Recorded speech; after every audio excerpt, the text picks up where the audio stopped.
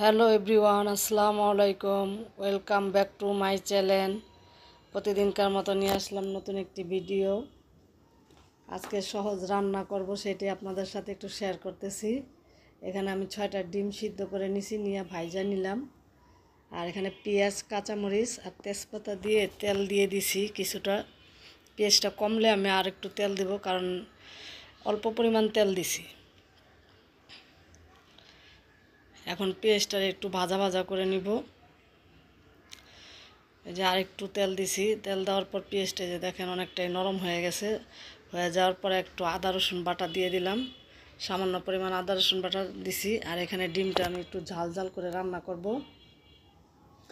এভাবে ডিম রান্না করলে হয় কি, মানে দেখা যায় কি পোলাও দিয়েও খাওয়া যায়, ভাত দিয়েও কিন্তু খাওয়া যায়। আমার মেয়ে আবার এই ভুনা ডিম পছন্দ করে না, ও আবার মানে রান্না করলে, সবজি দিয়ে রান্না করলে বা আলু দিয়ে রান্না করলে সেইটা আবার ওর পছন্দ, কিন্তু এভাবে পেঁয়াজ দিয়ে রান্না করলে ওর পছন্দ না। এখানে আমি একটু সামান্য হলুদ গুঁড়া দিয়ে দিছি, দিয়ে দিলাম জিরার গুঁড়া, এখন দিয়ে দিলাম একটু ধইনার গুঁড়া, দিয়ে আমি মশলাটা ভালো করে একটু মিশিয়ে নিতেছি।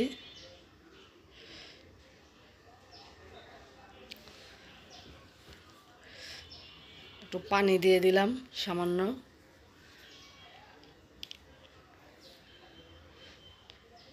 আর লবণটা আমি দিই নেই, কারণ লবণটা ওই যে ডিমের মধ্যে দিছিলাম, তো যে সেজন্য একটু পরে দিব লবণ। মানে ডিমের মধ্যে, ডিমটা ভাজছি যখন, তখন একটু বেশি পরিমাণ লবণ দিছিলাম কড়াইয়ের মধ্যে, দিয়ে ডিমটা ভাইজা নিছিলাম।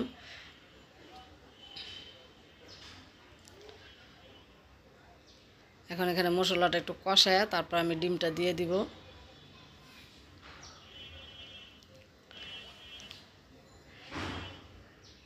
আমারও সব সময় ভালো লাগে না, মাঝে মধ্যে এভাবে রান্না করলে দেখা যায় একটু ভালো লাগে। আজকে ঘরে ফ্রিজে দেখলাম কোনো মাছ টাছ নাই, এই জন্য আমি চিন্তা করলাম যে না, ডিম ভুনা করে ফেলাই। এখানে আমি যে ডিমটা দিয়ে আবার একটু পানি দিয়ে দিছি কষানোর পরে। এখন এই যে দিলাম লবণ, বুঝে বললাম না, যেহেতু আমি লবণটা আগে দিছি এই জন্য লবণের পরে তখন আর দিই নেই, এখন দিলাম লবণটা, মানে একটু টেস্ট করে তারপরে দিলাম। এই আমার ডিম ভুনাটা হয়ে গেছে, দেখেন তেলটাও কিন্তু বের হয়ে গেছে। আর লবণটা ওই পর্যায়ে দিলে কি হয়, পেঁয়াজটা কিন্তু গলে না, পেঁয়াজটা কিন্তু একটু আস্তে আস্তে থাকে। আবার পেঁয়াজটা আস্তে আস্তে থাকলে আমার ভালো লাগে খেতে, কার কেমন লাগে জানি না, কিন্তু আমার অনেক ভালো লাগে।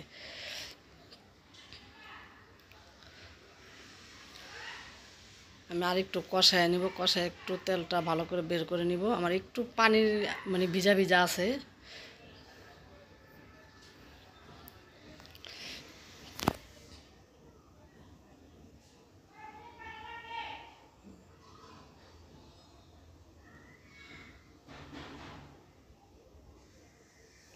দেখেন তেলটা কিন্তু বের হয়ে গেছে। এখন আমি এই যে নামাই ফেলবো, নামে আমি অন্য পাতিলায় বাইরে নিছি,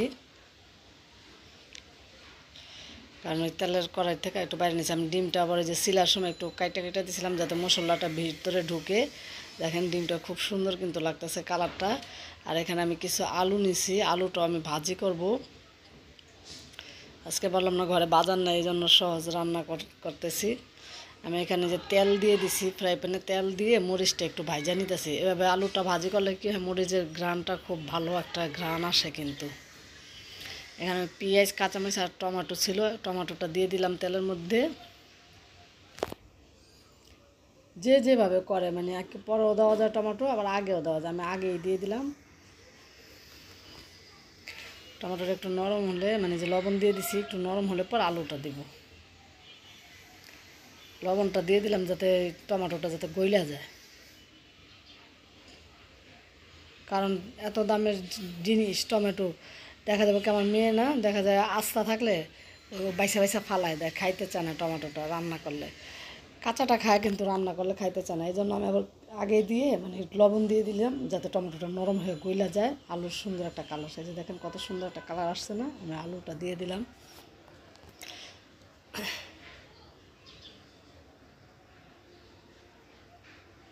আলুটা দিয়ে আমি একটু লাড়াচাড়া করে নিতেছি।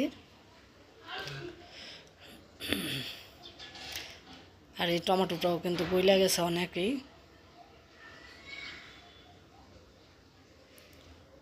এখন একটু ঢাইকা দিব আলুটা সিদ্ধ হওয়ার জন্য। আমার মেয়ের আবার আলু ভাজি পছন্দ করেও। 10 মিনিট পরে আবার আইসা ঢাকনাটা খুলে দেখলাম, দেখে আলুটাতে অনেক পানি ছেড়ে দিছে। আমি কিন্তু এখানে আলাদা কোনো পানি ইউজ করি না, আমি আলু ভাজি করার সময় কখনো পানি দিই না। অনেক আছে না যে পানি দেয় যে ভাজিটা আলুটা সিদ্ধ হবে, কেন আলু ধুইলে তো সেইটার থেকেই পানি বের হয়। যে দেখেন আমার কিন্তু অনেকটা ওই যে রসালো বের হয়ে গেছে পানিটা। আমার এই পানির মধ্যে সিদ্ধ হয়ে ভাজিটা হয়ে যাবে।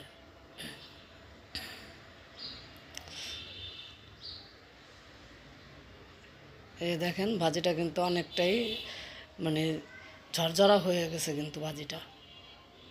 পানিটা দিলে কি হয়, আলুটা গইলা মানে কেমন জানি হয়ে যায় না, এজন্য আমি দিই না। এই যে আমার ভাজিটা কিন্তু অনেক সুন্দর ঝরঝরা হয়ে গেছে এবং সুন্দর, এই যে টমাটোর কারণে সুন্দর একটা কালারও আসছে। এখানে যে খাওয়া দাওয়া শেষ করে আবার একটু বাহিরে গেছিলাম, সেটাও আপনাদের সাথে একটু শেয়ার করলাম। বাইরে গেছিলাম কী জন্য সেটাও আবার ভিডিওর মধ্যে দেখতে পারবেন।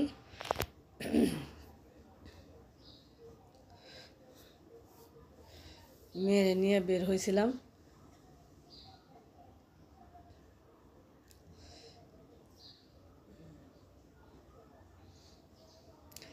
মেয়ে বড় হইলে হয় কি, মানে দেখা যায় অনেক কাজেই দেয়, মার কাজ করে মেয়ে।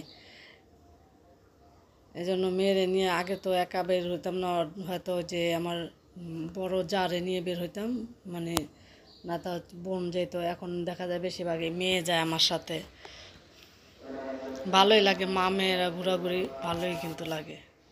কবরস্থানের সামনে আসলে না আর ভালো লাগে না, মানে মনটা জানি কেমন লাগে, যে কত হাজার হাজার মানুষ শুয়ে আছে না।